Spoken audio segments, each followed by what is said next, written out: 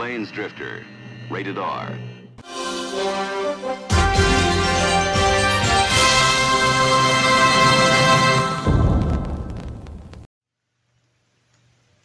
Hello, fellow followers. Welcome back to FanZcene. Greg here, and today I have for you my 4K movie review of High Plains Drifter, starring the legendary Clint Eastwood. Now, this was released on 4K by Kino Lorber back in November. However, I didn't get my copy till Christmas because it was a Christmas gift, and I was so excited to finally get it and to be able to watch it because I absolutely love this film. This is one of Clint Eastwood's earliest directorial efforts, and this was one of my all-time favorite Clint Eastwood westerns, and I gotta say, I loved it. I loved every minute of it. As many times as I've seen it, I loved it, and the 4K is awesome.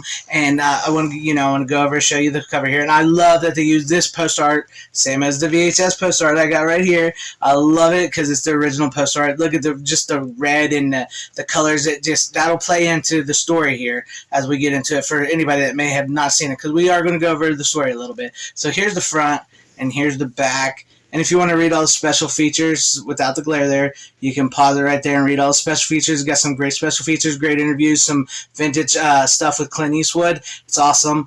This is just great, and it, with the slipcover, it's the same on that. So nothing different there.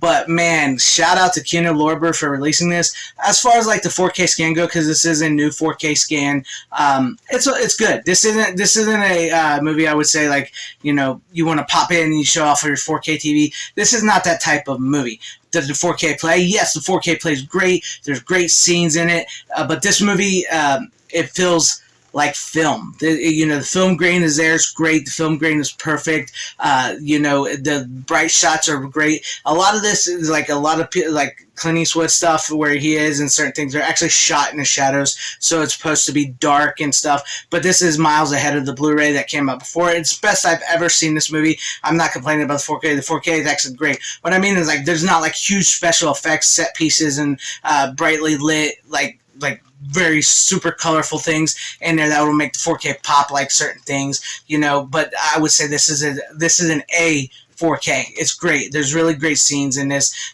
There's that pop, the daylight scenes pop, the dark shadows, like I said, when because he's like the man in black. He's this mysterious stranger who rides into this town of Lago, and this town of Lago is like this very mistrusting town. They've been through some crap. Clint Eastwood is this like very dangerous type stranger. He kills 3 people right off the bat when he gets into town, and so the town wants to hire him to protect him from these three guys that are coming back, that they think are going to be coming back to the town, which they are, to take revenge because they beat to death the town marshal, Jim Duncan, with whips. They just cycle through him, beat him to death, and nobody in the town lifted a finger. And that's what this movie is all about. This movie is very like the music is very eerie and supernatural. Clint Eastwood has dreams. His character, the stranger, has dreams of this marshal being whipped to death. He sees it. He knows what's happened, and it's very eerie. And it's like I said, it's got that supernatural horror element tone to it. And it's this is a dark western, a really dark western. Like where you see like John Wayne westerns, which I love John Wayne and stuff. He's like the good guy, the hero, the white knight. Clint Eastwood is the yang to that, the yin and yang, whatever you want to call that. He wears dark, he wears black. He's not a very good guy in this movie. He does bad things in this movie.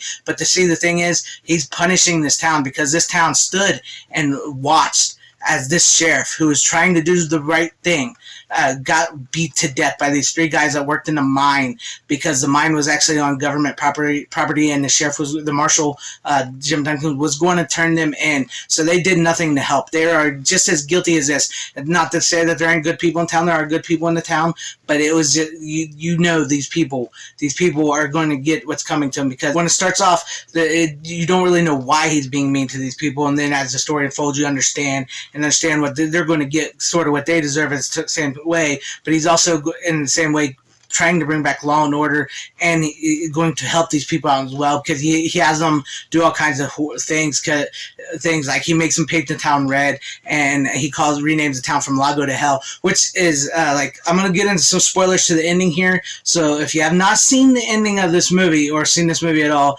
pause this video here, go watch the movie and come back, because the ending is where we're going to get into the heavy stuff and like spoiler, like, you know, debatable, because the ending is a bit debatable amongst people. So with that being said, spoilers here. You know, so he, like I said, he makes him paint the town red. He calls it hell. As the marshal was being whipped to death, he tells everybody, "Damn you all to hell." So that's why he paints the town red to hell. So when the three guys come back, because they were released from prison, you know, they kept their mouth shut. They did a prison stint for all this. They want to get money. They come back. They start shooting up town. Clint Eastwood's character, who has supposedly prepared everybody to fight back, just leaves. And then he comes back later on, and he takes each bad guy out one by one. And, you know, the main bad guy, he's like, you know, who are you? And Clint Eastwood never really answers. He just kills him. And there's like a scene in the movie where one of the women said, because the marshal's grave is unmarked, he says, you know, I hear there's a thing where the dead can't rest as long as their grave is unmarked. So it's led you to believe, is Clint Eastwood, this marshal, come back as a spirit of vengeance, or, because this has been noted, and it's in the original script, and I believe it's still left in like the Italian and Spanish versions of stuff, is he the brother of the marshal? Clint Eastwood actually had that removed from the film here in America because he didn't like that. He wanted to be left ambiguous. And to me, in my mind, in my head canon, Clint Eastwood is the spirit of vengeance. He is the marshal come back. That's why I have the movie The Wraith here, because the movie The Wraith is actually inspired by this movie. You watch the special feature on the Vestron video. Director says so himself, and he also brings up The Crow. So this is a great, if you want a great like triple feature from the 70s to the 80s to the 90s, you could watch High Plains Drifter, The Wraith, and then The Crow, because the Wraith and the High Plains Drifter are like, that's like, The Wraith basically a remake of this, essentially a remake of this. But as far as like I said, I'm saying in my headcanon, Clint Eastwood's character is a spirit of vengeance. He is the marshal come back to exact revenge, not only on these three men for whipping and beating him to death, but also to the town to show them what exactly, you know, to hold a mirror up to their face to see how crooked and evil they are as well too, and how they can also in turn be saved. That's how I feel. That's the way I see it, because as he rides out of town, because there's a dwarf guy who was a good guy, you know, he becomes his buddy in the film, because this movie is populated with great character actors. It's got a great, amazing cast, and the guy, the dwarf guy, who asked him, he says, I never asked your name. Who are you? And Clint Eastwood says, you know my name. And he rides off out into the desert, into like the steam and stuff, and disappears, and it goes to the headstone of Marshal Jim Duncan. So you're left to believe it, you know. So to me, I think he is Jim Duncan, but you could also make a case, and I don't think anybody would be wrong here if you say he's his brother and somehow they're supernaturally linked.